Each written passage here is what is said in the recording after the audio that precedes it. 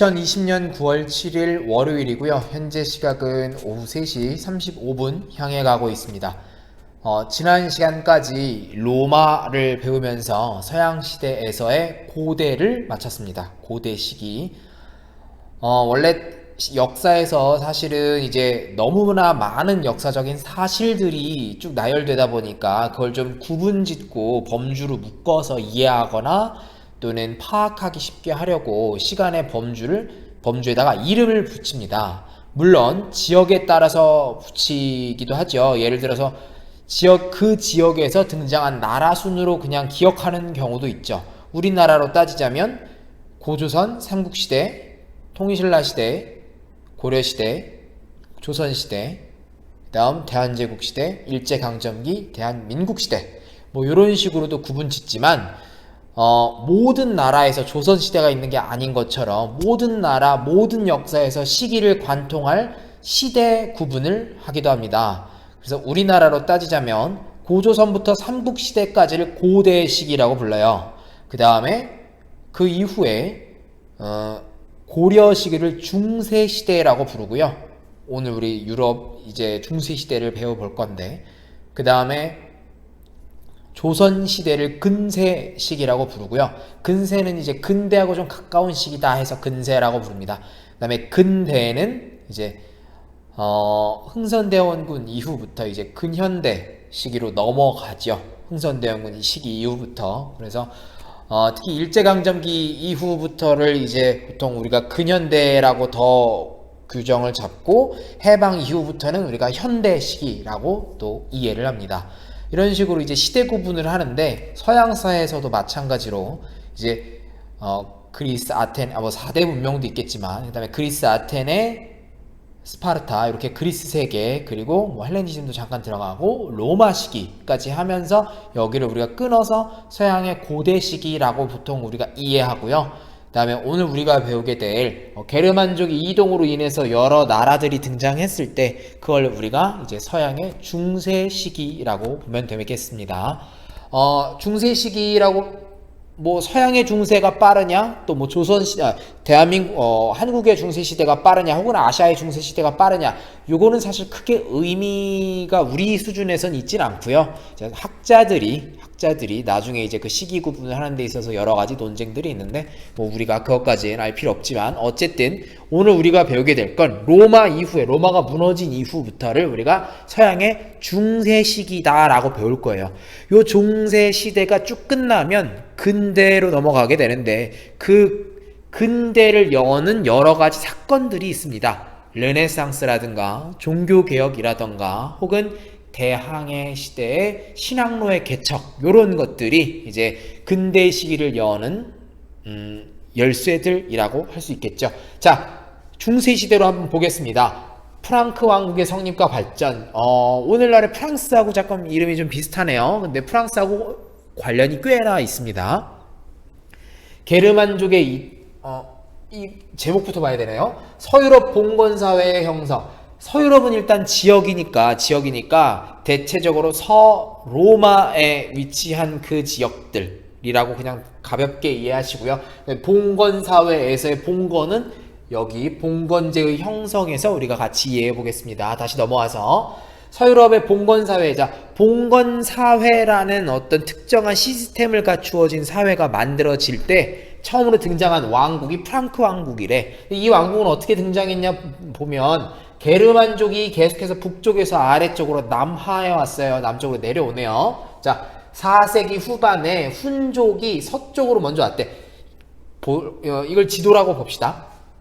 내가 이 손바닥이 이탈리아야. 그 다음에 여기가 이제 서유럽이겠죠? 이탈리아라면 여기가 이베리아 반도겠고, 여기 중앙아시아 지역에 훈족이 살고 있었는데 이 훈족들이 뭐에 의해서인지 모르겠는데 서쪽으로 자꾸 넘어왔대. 서쪽으로 넘어오면서 그 앞에 있었던 게르만족에게도 역시 압박을 가했나봐. 그래서 그 게르만족들이 계속해서 밀고 내려오게 되죠. 밀려서 내려오게 되죠. 그래서 로마 제국 안으로도 이제 사는 사람들, 즉 로마 제국 영토 내에 정착해서 사는 사람들도 생기고, 뭐 그런 것처럼 계속 이제 뭐 분간이 안 되는 혼란스러운 시기에 결국엔 서로마 제국이 멸망을 하게 됩니다.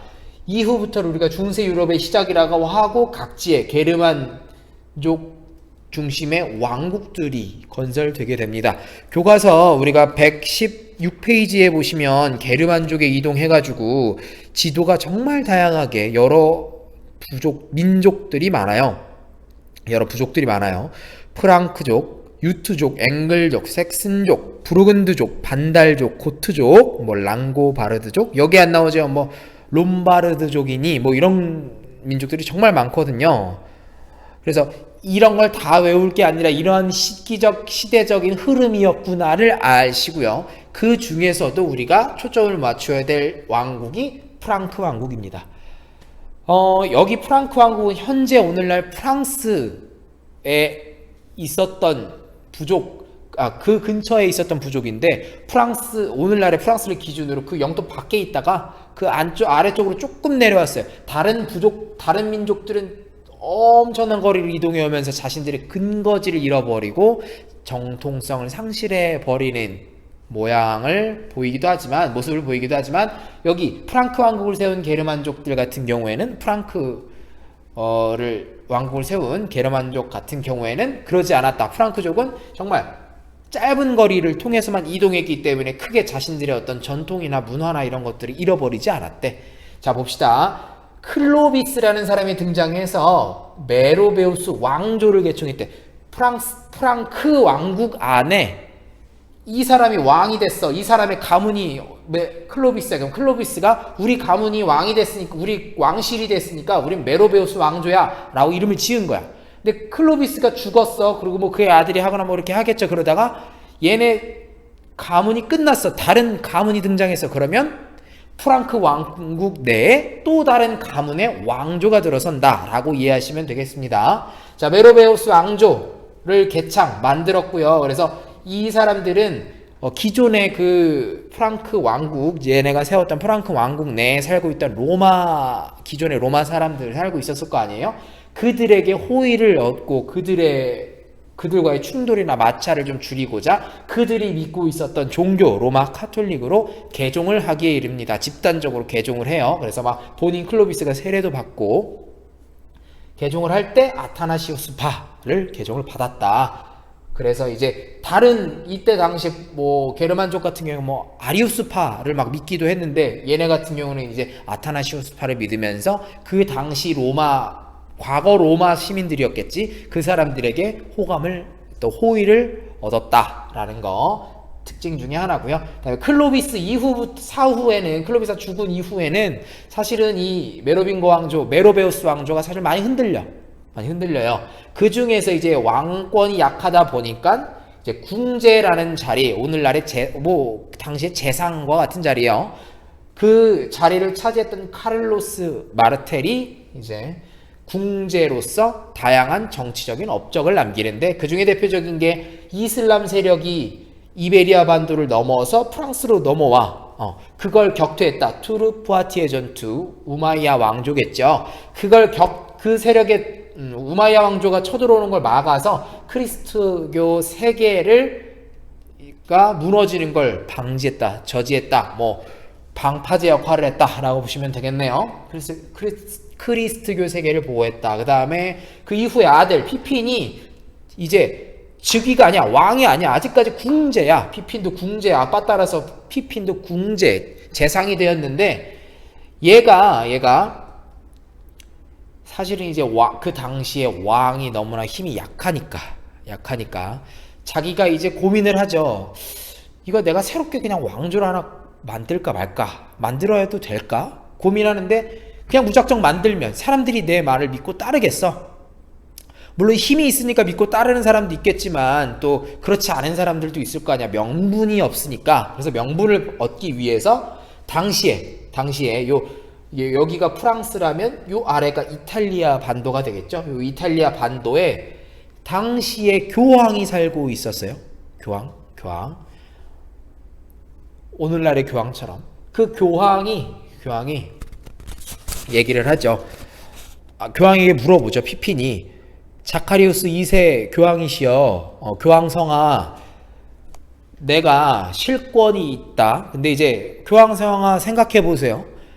실권이 힘이 있는 사람이 왕이 돼야 되겠어요? 힘과 실권이 없지만 왕의 자리를 차지하고 있는 게 옳겠어요?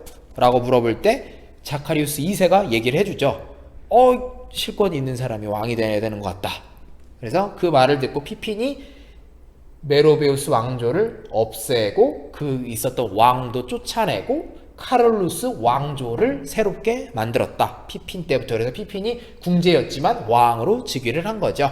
그 다음에 그냥 교황이 그런 말 해줬다고 교황이 이랬으니까 난 이제 왕 할 거야 라고 할 수만은 없지. 교황에게 뭔가 보여줘야겠지. 그래서 당시 이탈리아 반도에서도 역시 게르만족이 이동하고 다양한 이민족들, 다양한 게르만족들의 여러 부족들이 막 교황이 있는 거처뿐만 아니라 그 지역을 다 혼란스럽게 하고 있었어. 그래서 프랑크 왕국이 카롤루스 왕조를 개창한 피핀이 자신의 군사력을 바탕으로 땅을 어느 정도 확보해줘. 다 몰아내고 이탈리아의 중부 지방을 다 몰아냈어. 그 나머지 게르만족들을 몰아내고 그 땅을 교황에게 줘.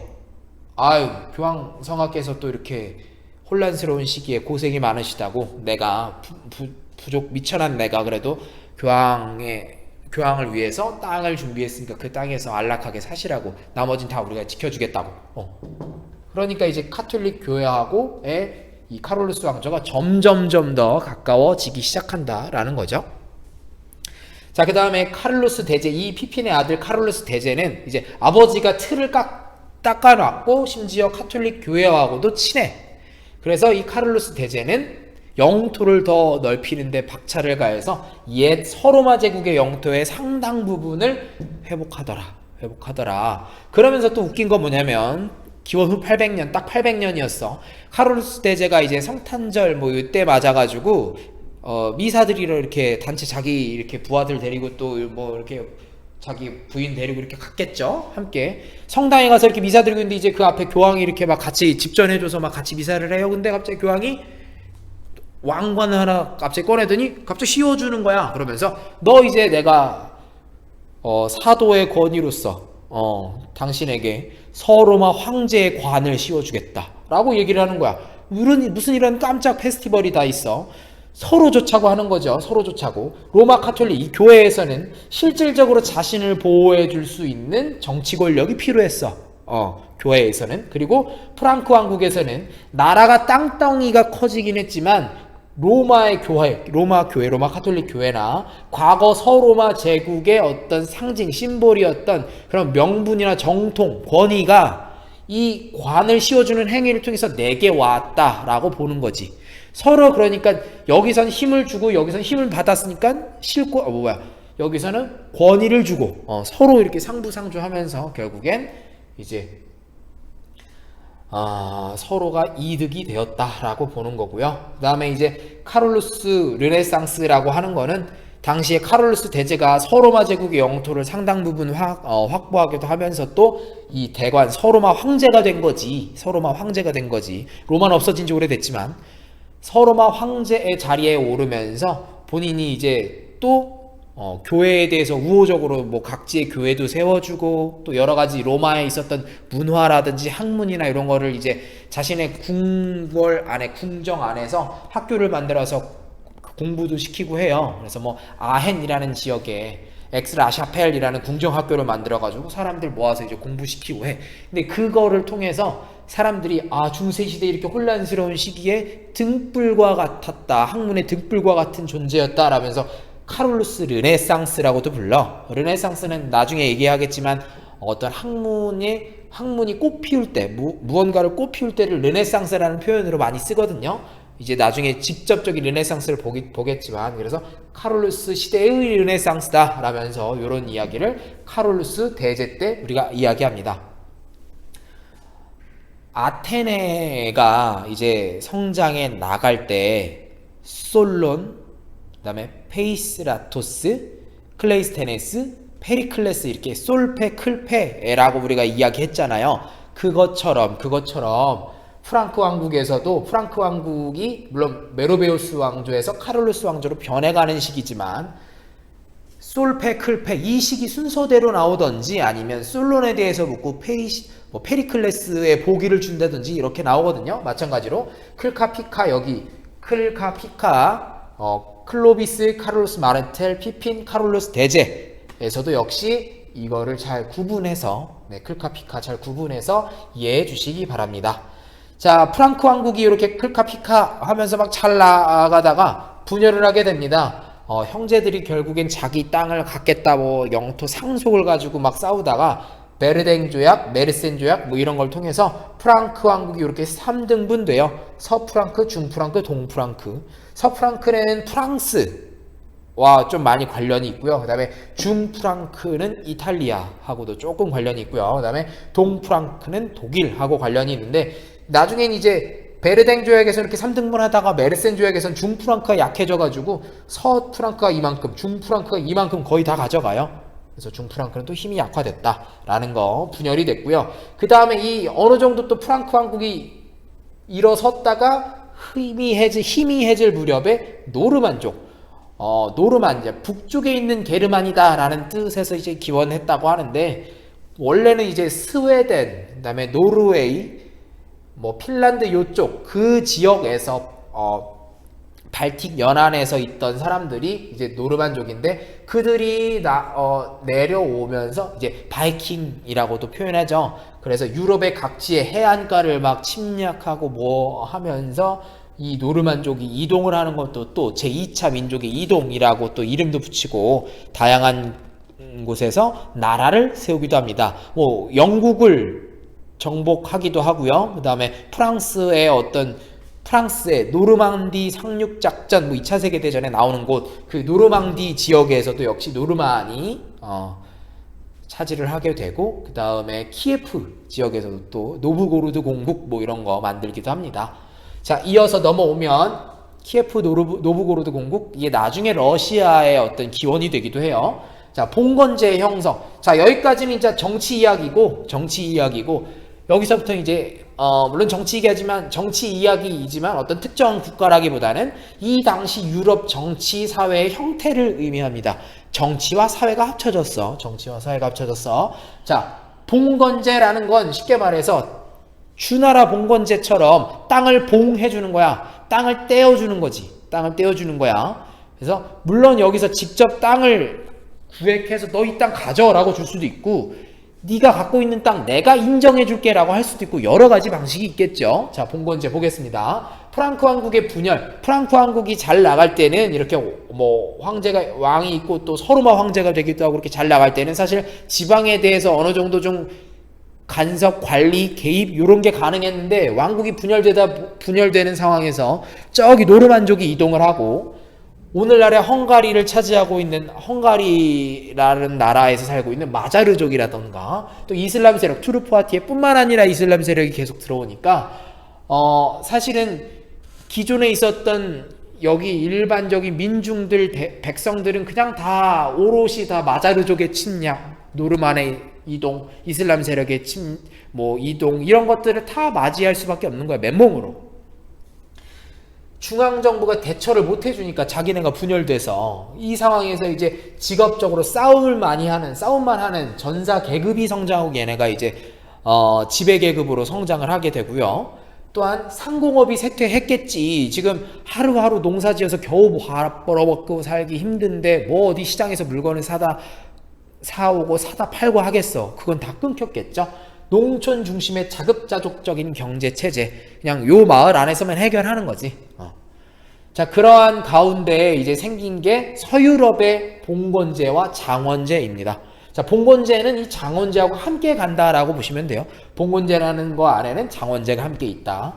자, 보시면 이 부분이 이제 지배계급의 봉건제를 의미하고요. 그 다음에 지배계급 중에 하나만 여기 기사를 뽑던 제후를 뽑던 또 대제후를 뽑던 왕을 뽑던 그들 하나가 지배계급의 한 단위로서 또 피지배계급을 어떻게 지배하는가를 봤을 땐 이렇게 장원으로 지배계급으로서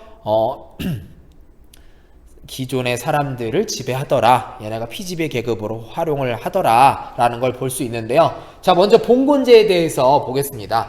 주나라의 봉건제는 혈연을 바탕으로 해서 이제 시작이 된 거잖아요. 봉건제. 근데 이제 시대가 지나면 지날수록 혈연 관계가 옅어지니까 먼 친척이야. 먼 친척이는 아저씨일 뿐인 거지. 같은 시이긴 하지만 그래서 막 반란을 일으켜도 얘가 케어를 못하는 거지.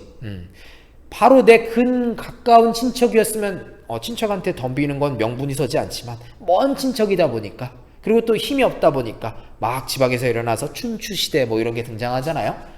마찬가지로 제후라는 게 등장합니다. 왕이 가운데 있고요. 왕이 자신이 갖고 있는 영토에서 일부를 제후에게 떼어주네요. 자, 첫 번째는 대제후들에게 크게 떼어줍니다. 대제후들에게 크게 떼어줘요. 물론 떼어주지 않고 왕이 직접 기사를 부리는 데도 있고, 영주를 직접 영주로서 장원을 갖고 있는 곳도 있죠. 그 지역도 있죠. 자, 왕이 대제후에게 떼어주면 대제후도 역시 자기가 직접 관리하는 장원도 있고요. 그 다음에 또 그 중에 일부는 제후들에게 떼어주기도 합니다. 제후 역시 마찬가지예요. 제후가 이제 자기가 직접 영주로서 장원의 대장, 영주로서 장원을 관리하기도 하고, 또는 일부 떼어줘서 그냥 이제 기사들에게도 막 떼어주기도 하고 뭐 그래요.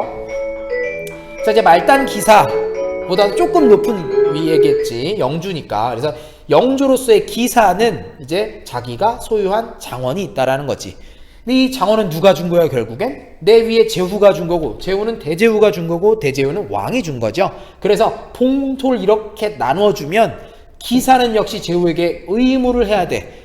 제후도 대제후에게 의무를, 대제후도 왕에게 의무를 해야 되겠죠. 해야겠죠. 그래서 서로 간에 쌍방향의 의무가 있다라고 해서 쌍무적인 계약관계야 라고 의미를 합니다. 주나라에서의 봉건제 원칙, 구성 원칙은 혈연이잖아. 혈연. 근데 여기는 계약관계야. 친척, 뭐 가족 아니야. 다 다른 사람이야. 모르는 사람.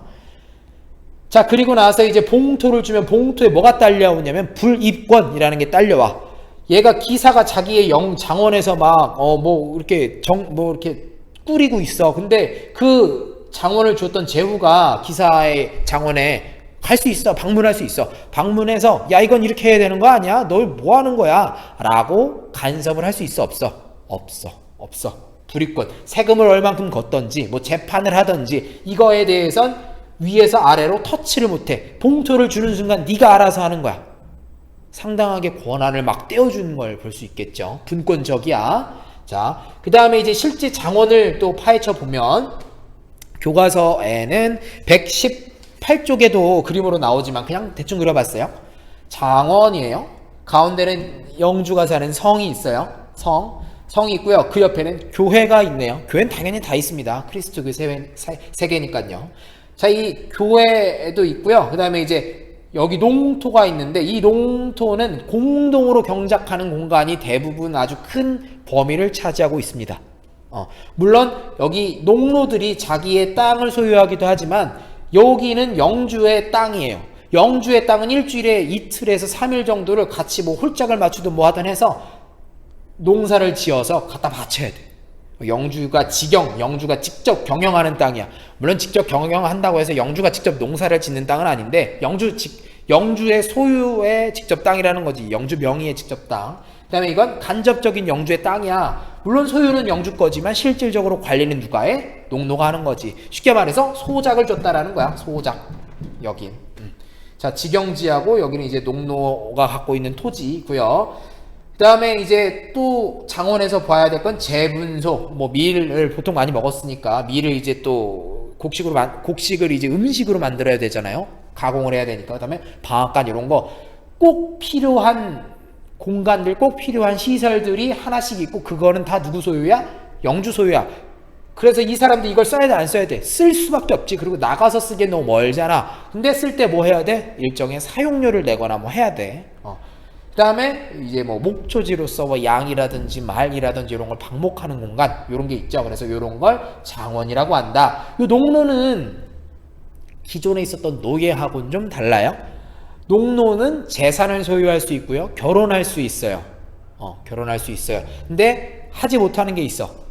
거주 이전이 금지가 돼. 왜? 농노가 만약에 예를 들어서 여기에 윌리엄이 있어. 윌리엄이 여기에 딴 장원에 메리가 있네. 윌리엄이 메리랑 서로 눈이 맞아가지고 이제 메리가 일로 이사를 온다든가 윌리엄이 일로 이사를 간다 쳐봐. 이 장원 소유주나 자기가 갖고 있는 노동력이 주는 거잖아. 그치? 안 돼. 그래서 그 장원 안에서만 결혼을 거의 허용을 했다라는 거죠.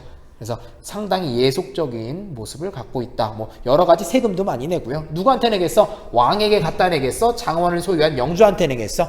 영주한테 내는 거죠. 그래서 지방 분권적인 사회 질서를 우리가 볼 수 있다라는 거죠. 여기네 영주, 여기네 장원 각자 따로 도는 거잖아. 그냥 다른 톱니바퀴가 이제 한 방에 돌아가는 것뿐이지. 그쵸? 자, 그 다음에 봉건 국가의 발전. 이제 시기가 여기 프랑크 왕국이 무너지면서 봉건제가 보편화되었고 그 보편화된 봉건제를 바탕으로 이제 국가들이 서프랑크, 동프랑크의 국가들이 생기게 되는데 아까 말했던 중프랑크는 서동 얘네 등살에 밀려서 얘가 되게 축소됐다고 했잖아요. 자, 서프랑크에서는 유그 카페라는 인물이 카페 왕조를 만들었어. 카페 왕조. 근데 전형적인 지방 분권적 봉건 국가입니다. 이게 완전 전형적이야. 유구 카페가 있으면서도 대제후나 얘네한테 뭐라고 말을 못해. 아주 왕권이 약해요. 그냥 명문상 갖고 있는 허수아비 같은 거의 힘이 없는 왕권을 가진 국가였습니다. 유구 카페 왕조. 그 다음에 동프랑크에서는 오토 1세가 등장해서 서로마 황제가 되어서 대관을 하기 시작해. 이때 레이펠트 전투 요런 게 있었는데 그때 교황을 살려줘. 오토 1세가. 그러면서 교황이 또 고맙다고. 여기 서로마 황제 대관 만약에 프랑크 왕국이 있었으면 이거 계속 프랑크 왕국 건데 얘네 없어졌잖아. 그러니까 여기 지금 대관 이거 황제의 관이 비어있네. 황제 자리가. 자기를 도와줬으니까 오토 1세한테 또 씌워준 거야. 오토 1세는 그거 받고 좋다. 그러면서 나라 이름을 뭘로 만들었어? 신성 로마 제국, 홀리 로만 엠파이어, 신성 로마 제국 요런 걸 만들었고요.